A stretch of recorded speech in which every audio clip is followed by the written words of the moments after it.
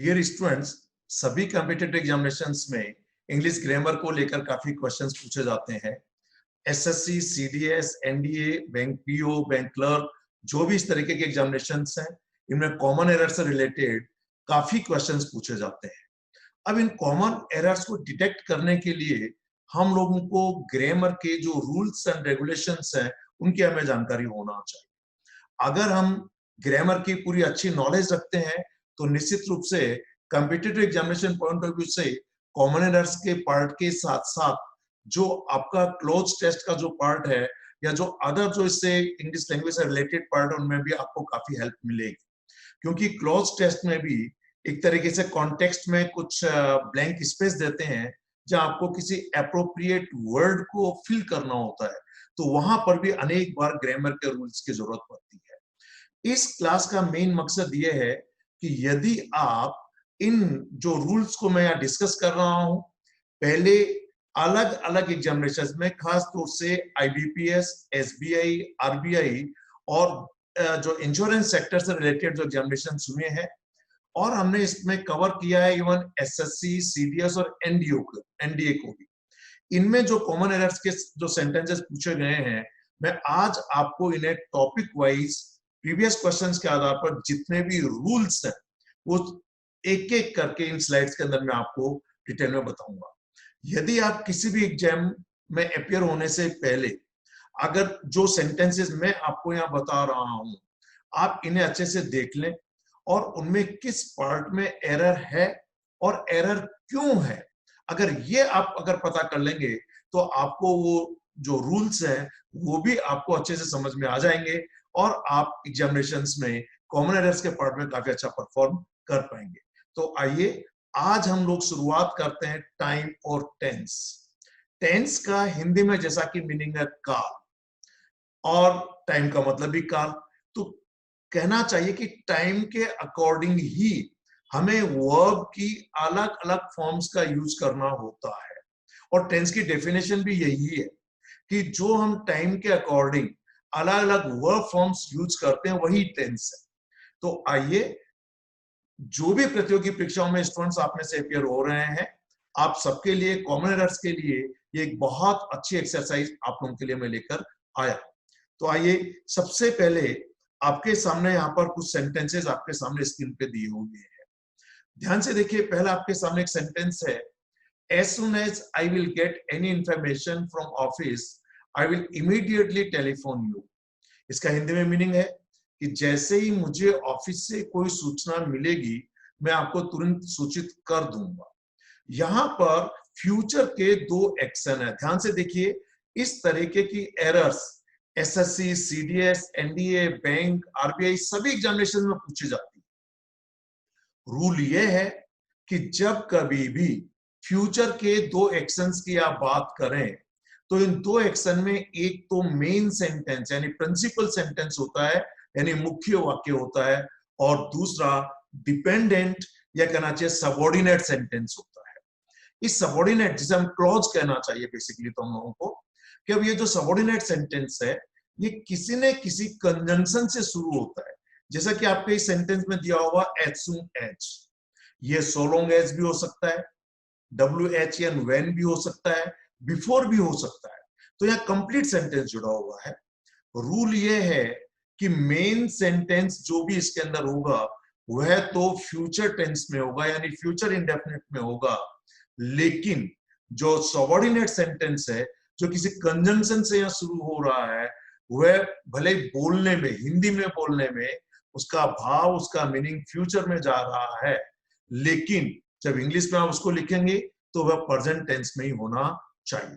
इसलिए जो आपके सामने सेंटेंस है कि as soon as I will get any information from office, I will immediately telephone you, तो ध्यान दीजिए यहाँ as soon as I will get नहीं होगा, होना चाहिए यहाँ पर present indefinite, as soon as I get any information from office, I will immediately telephone you। तो आप भले ही यहाँ इसको प्रेजेंट में बोल रहे हैं, जो मैं अंडरलाइन यहाँ पे कर रहा हूं, लेकिन इसका जो मीनिंग इसका जो मीनिंग जो है इसका बेसिकली वह मीनिंग जो है यहाँ पर फ्यूचर में इसको नहीं लिखेंगे, ये प्रेजेंट टेंस में ही होना चाहिए। सभी एग्जामिनेशंस में लगभग ये मान के चलिए इस तरीके की एरर्स पूछी जाती है. So whatever I am teaching you here regarding grammatical rules, you follow them and solve all these sentences in detail. And before going to appear in any examination, just you go through the sentences which I am giving you here.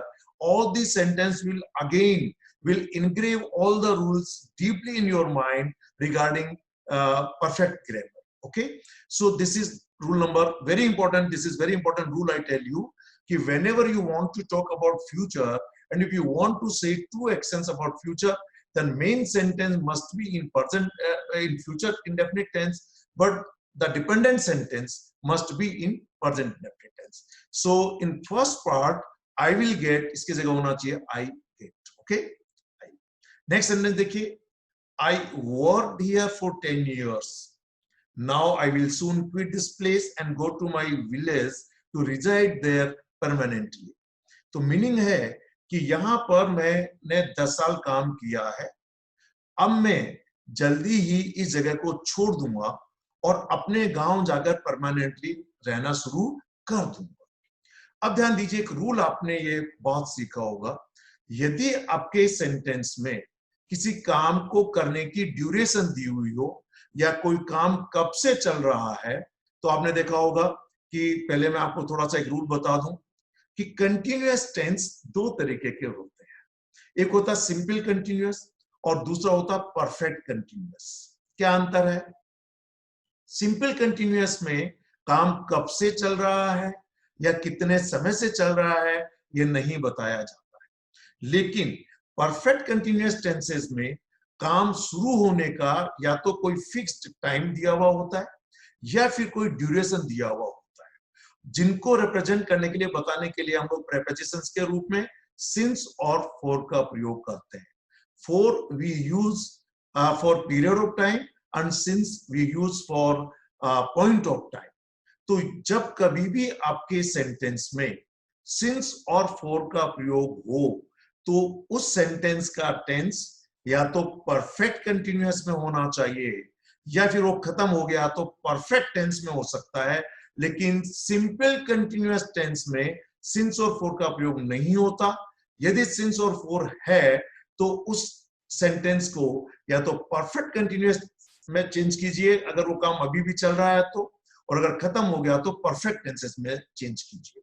यहां पर आपको दिया हुआ for 10 years, आपके सामने time दिया हुआ है. इट मींस यहां पर प्रेजेंट परफेक्ट टेंस का यूज किया जाना चाहिए. तो फर्स्ट पार्ट होना चाहिए I have worked here for 10 years. तो यहाँ आई वर्कड की जगह पर क्या होगा? I have worked here for 10 years. अभी जो एसएससी का एग्जामिनेशन हुआ है 2017 में सीजीएल प्री, उसमें भी ये सेंटेंस इस रूल के आधार पर एक पूछा गया. Clear? I hope that you got the point well, because all these sentences are very important and I have arranged all these sentences in such a way that if you read all the sentences, these sentences will remind you all the grammatical rules to find or to detect common error in the sentence. Clear? आइए next sentence देखिए. I assure you, पूरा sentence है I assure you that I will complete the work before you will reach here. तो again देखिए यहां पर ये complex sentence है. आई एश्योर यू, मैं आपको विश्वास दिलाता हूं that I will complete the work before you will reach here. यहां पर अगेन जो रूल नंबर 1 में जो मैंने आपको बताया था, फ्यूचर के 2 एक्शन जोड़े गए हैं और बताया गया है यहां पर कि आप यहां पहुंचेंगे उससे पहले मैं अपना काम पूरा कर चुका होऊंगा. क्लियर? तो मैंने आपको कहा था कि जब कभी भी फ्यूचर के 2 एक्शन जोड़े जाएं तो प्रिंसिपल सेंटेंस यानी मुख्य वाक्य तो फ्यूचर इंडेफिनिट में होगा, लेकिन जो डिपेंडेंट सेंटेंस है जो किसी conjunction as soon as, so long as, when, before, इनसे जुड़ा हुआ होगा, वह प्रेजेंट सिंपल टेंस में होगा. इसलिए यहां पर ये बिफोर के बाद जो डिपेंडेंट सेंटेंस है जिसमें दिया है यू विल रीच हियर, तो यहाँ पर यू विल रीच हियर नहीं होना चाहिए, यानी फ्यूचर इंडेफिनिट का प्रयोग नहीं होगा. यहाँ से विल हटा दीजिए और ये है प्रेजेंट इंडेफिनिट टेंस में होगा। क्लियर? बहुत इंपॉर्टेंट रूल है, इसे हम लोग कहना चाहिए कि कॉम्पिटिटिव एग्जामिनेशंस में लगभग हर दूसरे तीसरे एग्जामिनेशन में ये पूछा ही जाता है। आइए नेक्स्ट सेंटेंस देखते हैं। 4th नंबर पे सेंटेंस है, it is appearing that you are not interested now to join our newly form party. अब देखिए यहाँ पर पहले तो मैं आपको एक बहुत अच्छा स्ट्रक्चर यहाँ बताना चाहूंगा। आपके इसमें एक शब्द यूज हुआ है, न्यूली फॉर्म पार्टी। ध्यान दीजिए यहां पर पार्टी एक नाउन है। इस नाउन की विशेषता बताने के लिए इसके पहले एडजेक्टिव के रूप में पास्ट पार्टिसिपल। अब बहुत से स्टूडेंट हो सकता है पार्टिसिपल का मतलब नहीं जानते हो, तो मैं बता दूं पार्टिसिपल का मतलब है वर्ब की कोई फॉर्म जो वर्ब के साथ साथ एडजेक्टिव का काम करता है, तो उसे हम लोग पार्टिसिपल बोलते हैं। अब जो वर्ब की थर्ड फॉर्म है वो पास्ट पार्टिसिपल है, और जो वर्ब की आईएनजी फॉर्म जब वर्ब के साथ एडजेक्टिव का काम करे तो प्रेजेंट पार्टिसिपल बोलते हैं। लेकिन यदि यही वर्ब की आईएनजी फॉर्म वर्ब के साथ साथ नाउन का काम करे तो उसे फिर जेरेंड कहते हैं। इसलिए हमने पार्टिसिपल और जेरेंड का नाम तो सुना होगा, लेकिन इनकी एग्जैक्ट इनको लेकर एग्जामिनेशन से बहुत से रूल्स पूछे जाते हैं। बहुत इंपॉर्टेंट रूल है, वो भी आपको मालूम होना चाहिए। यहाँ पर ये past participle form basically adjective का काम कर रहा है। क्लियर? इस एडजेक्टिव की विशेषता बताने के लिए इसके पहले न्यूली जो शब्द लगा है ये एडवर्ब है। तो यहाँ पर एक बहुत अच्छा कॉम्बिनेशन बना हुआ है कि नाउन की विशेषता बताने के लिए थर्ड फॉर्म का यूज एडजेक्टिव के रूप में और उसके पहले एडवर्ब। कॉम्पिटिटिव एग्जामिनेशंस में इस रूल को लेकर भी बहुत से एरर पूछी गई है। अभी एक बैंक एग्जामिनेशन में भी हाल ही में एक सेंटेंस था और उसमें था he is a newly recruit officer. So वहां न्यूली रिक्रूट ऑफिसर नहीं होना चाहिए था, न्यूली रिक्रूटेड ऑफिसर। क्लियर है? तो जो थर्ड फॉर्म होना चाहिए वहां फर्स्ट फॉर्म दे। इसके अलावा कई बार एडजेक्टिव की विशेषता बताने के लिए उसके पहले कोई एडवर्ब होना चाहिए, जबकि कई बार एडवर्ब की जगह पर एडजेक्टिव भी दे देते हैं। जैसे कोई चाय है बहुत मीठी है तो कहा गया इट्स एक्सेसिव स्वीट, होना चाहिए it is excessively sweet. Sweet एक एडजेक्टिव है और उसकी विशेषता बताने के लिए हमें एक्सेसिवली होना चाहिए। नो डाउट स्वीट नाउन भी होता है मिठाई के रूप में, पर यहाँ पर एक एडजेक्टिव है। तो एक तो स्ट्रक्चर ये मालूम होना चाहिए। मैं आपको कुछ एग्जाम्पल इसका और बता दूं। जैसे आप पढ़े लिखे व्यक्ति हैं तो क्या बोलेंगे? Highly educated people. कोई बुरी तरीके से घायल हो गया, बैडली इंजर्ड प्लेयर। कोई नई नई जिस कपल की शादी हुई है तो क्या बोलेंगे? Newly married couple. तो ये इस तरीके से होगा। अब आइए सेंटेंस में एरर देखते हैं। सेंटेंस में फर्स्ट पार्ट में एरर है, यहां दिया हुआ इट इज अपीयरिंग। ध्यान दीजिएगा, अब कुछ वर्ब नॉन एक्शन वर्ब है। देखिए मैं यहां पे इसको लिख के बता रहा हूं, नॉन एक्शन वर्ब। इन्हें ग्रामर में स्टेटिव वर्ब भी कहते हैं। क्या कहते हैं? Stative verb means these verbs cannot be used in continuous tense because these verbs don't show any continuity of the action. ये केवल या तो हम करते हैं या नहीं करते हैं। जैसे मान लीजिए मैंने कहा मुझे एक गिलास पानी चाहिए, तो मैं क्या बोलूंगा? I want a glass of water. अब ये वांट या तो मैं चाहता हूं या मैं नहीं चाहता हूं, पर ये नहीं कह सकता I am wanting a glass of water, क्योंकि ये वांट भी नॉन एक्शन वर्ब है, यानी स्टेटिव वर्ब है। इसका कंटिन्यूअस टेंस में यूज नहीं हो सकता। ठीक ऐसे जैसे आई हेट स्मोकिंग, मैं धूम्रपान से नफरत करता हूं। सो आइदर आई हेट और आई डोंट हेट, पर आई एम हेटिंग नहीं हो सकता। ऐसे कहते हैं ना, I believe in God, either I believe or I don't believe. So in Yuan grammar book, you will find the complete list of the non-action verbs, means stative verbs, and remember these verbs cannot be used in continuous tense. Though there are some exceptions of 2-3 verbs, जैसे इस appear का एक exception हो सकता है। जैसे मैं एक आपको और बता दूं, have, when we use this verb have for showing ownership and possession, then we cannot use it in continuous tense. मैंने कहा I have a car, तो मैं ये नहीं कह सकता I am having a car. I have a car, it's correct form. लेकिन अगर मैं खाना खा रहा हूं इस वक्त, तो मैं कह सकता हूं I am having my lunch और माई डिनर और माई मील। तो यहां पर ईट के सेंस में हैव का कंटिन्यूअस यूज हुआ। ठीक ऐसे ही अगर यहां मालूम पड़ने के सेंस में अगर यूज हुआ appear, it cannot be used in continuous tense, so the first part must be it appears। लेकिन मान लीजिए कोई स्टेज पर कुछ लोग परफॉर्म कर रहे हैं and somebody is appearing on the stage, तो ये भले वहां continuous tense में यूज हो सकता है। So you have to understand the context in which these words are used। But most of the list which I have given in UAM grammar book under the head of stative verbs, वो continuous tense में use नहीं होती। Clear? Okay, so it's a very important rule। Come on, next पे आते हैं और next आपके सामने है these days I live in a rented house because my parental house is being renovated nowadays। कि आजकल मैं किराए के मकान में रहता हूं क्योंकि मेरा जो पेरेंटल हाउस है, यानी जो मेरे माता पिता की तरफ का जो दिया हुआ मकान है, वो अंडर रेनोवेशन है। रेनोवेशन का मतलब जिसकी मरम्मत हो रही है कहना चाहिए।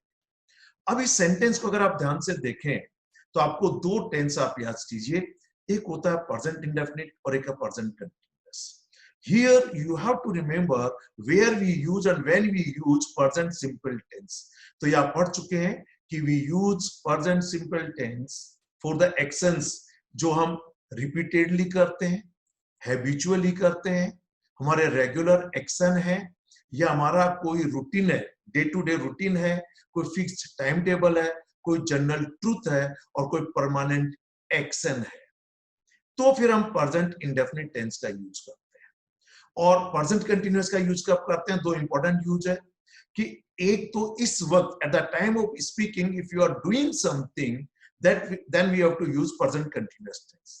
Second one is not exactly at the time of speaking, but around this time, means these days if you are doing something then also you can use present continuous tense।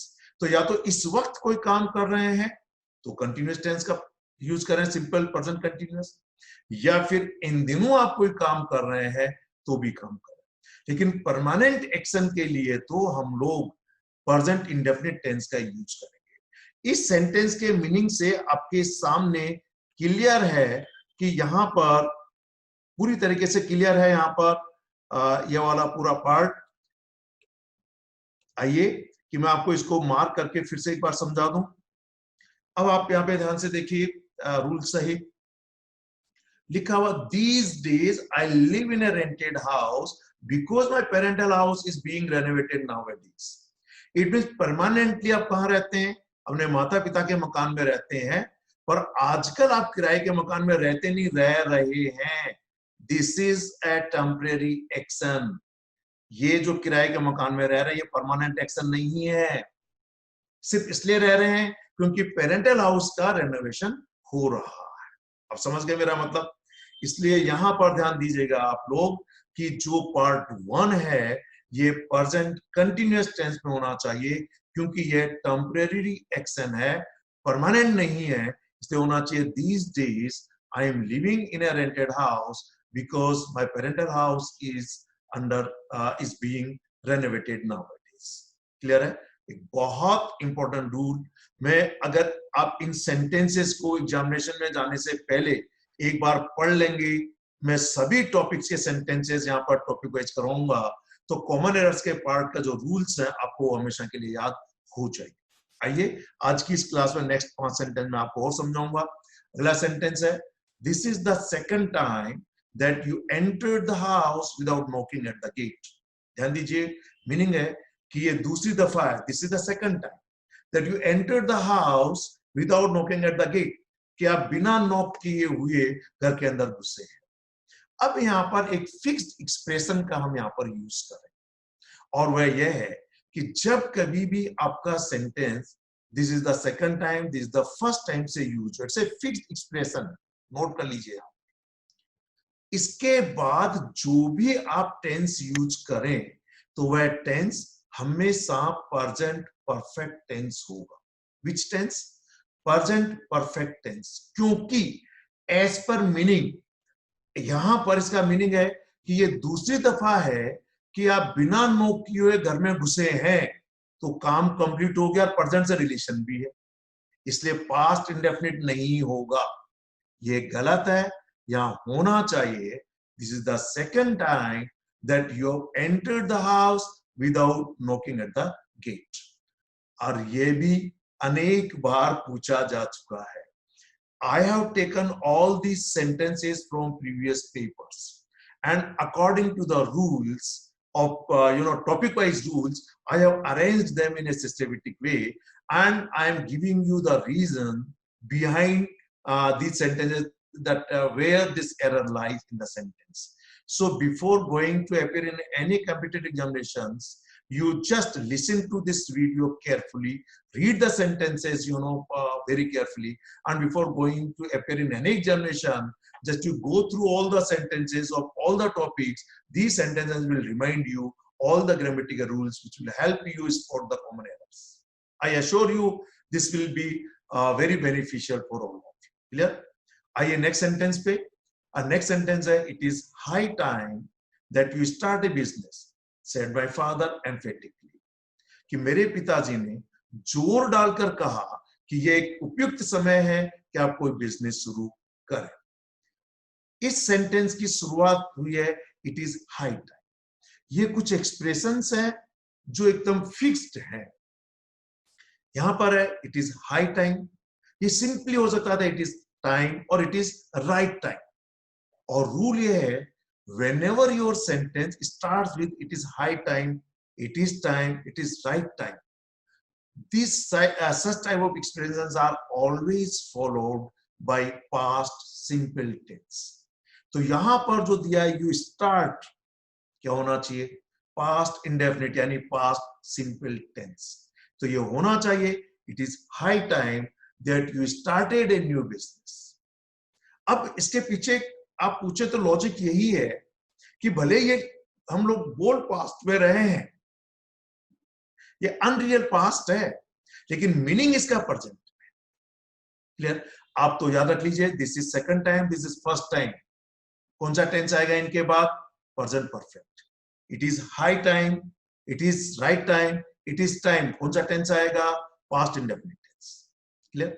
आइए नेक्स्ट सेंटेंस, और यह है आपके सामने, the victim tried to tell us that the victim tried to tell us what has happened, but his words were not audible। कि जो victim का मतलब है किसी भी दुर्घटना से जो पीड़ित व्यक्ति है वो विक्टिम कहलाता है। तो उस पीड़ित व्यक्ति ने हमें बताने की कोशिश की कि क्या हुआ, लेकिन उसके जो शब्द थे वो ऑडिबल नहीं थे। ऑडिबल एक बहुत अच्छा शब्द है, ये बेसिकली एसएससी के वन वर्ड सब्स्टिट्यूट में भी एक बार पूछा जाता है, ऑडिबल और इनऑडिबल। ऑडिबल यानी जिसे सुना जा सके, इनऑडिबल जिसे सुना नहीं जा सके। तो ये वन वर्ड सब्स्टिट्यूट में भी पूछा जाता है। If somebody is speaking and you are not able to listen to his voice, then you can say please speak louder and your voice is not audible, कि कृपया जोर से बोलिए, आपकी आवाज ऑडिबल नहीं है। So it's a very important rule। अब आइए इस पर गलती क्या है। आप लोगों को इस रूल को समझाने के लिए पहले मैं बता दूं, पास्ट इंडेफिनिट, प्रेजेंट परफेक्ट और पास्ट परफेक्ट। यू मानिए प्रेजेंट परफेक्ट भी पास्ट है, किसी इंडेफिनिट टाइम पर काम पूरा हो गया पास्ट में, पर चूंकि उसका रिलेशन प्रेजेंट से है, उसका इफेक्ट प्रेजेंट से है, इसलिए उसे प्रेजेंट परफेक्ट में लिखते हैं। तो आपको पास्ट इंडेफिनिट, प्रेजेंट परफेक्ट और पास्ट परफेक्ट में बहुत क्लियरली डिफरेंस मालूम होना चाहिए। तो मैं यहाँ पहले इसका एक अंतर समझा दूं, फिर एक एग्जांपल दे दूं। मान लीजिए हम सब लोग मिलकर कोई टेलीविजन पर कुछ प्रोग्राम देख रहे हैं, इतने में कोई मूवी शुरू हो गई। यह मूवी मैंने अपने कभी स्टूडेंट लाइफ में देखी है। जैसे ये मूवी आई तो मैंने आप लोगों से कहा, अरे मैंने तो ये मूवी देखी है, या मैं ये मूवी देख चुका हूं। देखी है या देख चुका है या देख चुका हूं, but I have not given the exact time of the past. Here उसकी जो याद है वो आज तक मेरे दिमाग पर उसका इंपैक्ट है। तो सिंपली मैं इसे प्रेजेंट परफेक्ट में बोलूंगा, I have seen this movie. Clear. और I have watched this movie, पर मैंने टाइम नहीं बताया कब देखिए। वो 10 साल पहले भी हो सकता है, 20 साल पहले भी हो सकता है, 40 साल पहले भी हो सकता है, एक दिन पहले भी हो सकता है अभी 1 घंटे पहले भी हुआ। इंडेफिनेट टाइम है पास्ट का। तो मैंने कह दिया आई हैव सीन दिस मूवी। अब आपने मुझे तुरंत पूछ लिया, अरे सर आपने कब देखी? Now I have to tell you the exact time कि मैंने कब देखा। तो फिर मैं कह सकता हूं I saw this movie in 2010। Now you see the change in the tense. I have here used the exact time of the past 2010. This is 2020. Okay, and 2010. If we compare, this with the 2020, तो past हो गया। तो उसके साथ exactly हम लोग past simple tense का use करेंगे और मैंने कहा आई सॉ दिस इन 2010। या तो ये जवाब दूं, या फिर मैं ये कह सकता हूं कि मैंने ये मूवी 2010 के पहले देख चुका था या पहले देखी थी। तो आज के हिसाब से 2010 पास्ट है और उसके भी पहले देखी थी, तो फिर वो पास्ट परफेक्ट होगा। It means past perfect is the past of the past. भूतकाल का भी भूतकाल है पास्ट परफेक्ट। ये दो एक्शन से भी दिखा सकते हैं। जैसे अपने 9th 10th 11th में बहुत से सेंटेंसेस पढ़े होंगे कि डॉक्टर के आने से पहले मरीज मर चुका था। तो मरीज का मरना, डॉक्टर का आना, पहले कौन सा काम हुआ? मरीज का मरना, वो पास्ट परफेक्ट में लिखते थे, और जो काम बाद में हुआ उसे पास्ट इंडेफिनिट। वही रूल यहां पर है, व्हाट हैज हैपेंड। इस विक्टिम यानी पीड़ित के कहने की कोशिश करने के पहले ही कोई घटना हुई थी जिसको बताने का प्रयास कर रहा था, तो ये पास्ट परफेक्ट होना चाहिए। यहाँ हैज की जगह पर हैड का प्रयोग होना चाहिए, तो वो पास्ट परफेक्ट। क्लियर। आने वाले टाइम में आप सभी एक्सरसाइज को रेगुलरली देखिए। आज पहला टेस्ट ये दे रहा हूं मैं आपको, रोजाना 10-10 सेंटेंसेस हर टॉपिक के मैं करवाऊंगा। निश्चित रूप से मैं आपको विश्वास दिलाता हूं, अगर आप इन सभी वीडियोस को अच्छे से देख लेंगे तो आपको ग्रामेटिकल रूल्स में, कॉमन एरर्स के पार्ट में कभी गलती नहीं होगी, and you will be very perfect in his grammar while writing or speaking English confidently. It will help you to write and speak correct English, I tell you. If you are writing an email or you're writing a letter, or you're writing an essay in your examination, it will help you to write all the sentences grammatically correct. So these rules are very important for all those people who are interested to enhance their knowledge about English grammar. That's why I have written here everything you need to master perfect grammar. Okay, come on, next sentence, 9th number. She always likes to have her dinner at home and never feel like eating out. It's a very good sentence. And recently in SSC and Bank PO, both the examination last year, sentences based on this rule have been asked. Clear? It's a very important rule. यहाँ देखिए sentence का subject क्या है। हमने कहा साहब she. All right. ये जो she है, जो डूअर ऑफ द सेंटेंस है, ये दो एक्शन कर रही है शी। पहला है ऑलवेज लाइक्स, दूसरा इस एंड से जुड़े हुए हैं never feel. She is a singular subject, so in first part we have used the correct form of the verbs likes according to the rule, because the rule is that in present indefinite tense, singular subject or he, she, it, they always take verbs, root form of the verb with s or es, means the s and es form, and it is correct. अब यही she इस never feel के लिए भी use हुआ है। आप अगर इनको अलग अलग कर दें कि भाई वो हमेशा घर पे ही खाना खाना पसंद करती है और कभी भी उसका बाहर जाने का मन नहीं करता है, तो यहां पर she never feel और she never feels, तो certainly it should be she never feels, इसलिए यहां पर feels होना चाहिए। तो ये यहां पर एरर। ये एसएससी का जो 2017 में एग्जाम हुआ उसमें भी ये रूल पे सेंटेंस पूछा गया है, और पीओ में भी हाल में एक सेंटेंस था। वो सेंटेंस इस तरीके से था, आप सुन लीजिए। She always washes her clothes at home and never send them to the laundry. Sentence है, फिर सुन लीजिए। she always washes her clothes at home, तो पहला पार्ट सही है कि वो हमेशा अपने कपड़े घर पर ही धोती है। and never send them to the laundry, तो ये never send क्या होना चाहिए? Never sends. Clear? It's a very important. Okay, आप आज की इस क्लास का लास्ट वीडियो देखिएगा 10th नंबर पे। Honey gets up early, goes to office at 10 o'clock, comes back at 5 p.m. and then watch TV serials in the evening.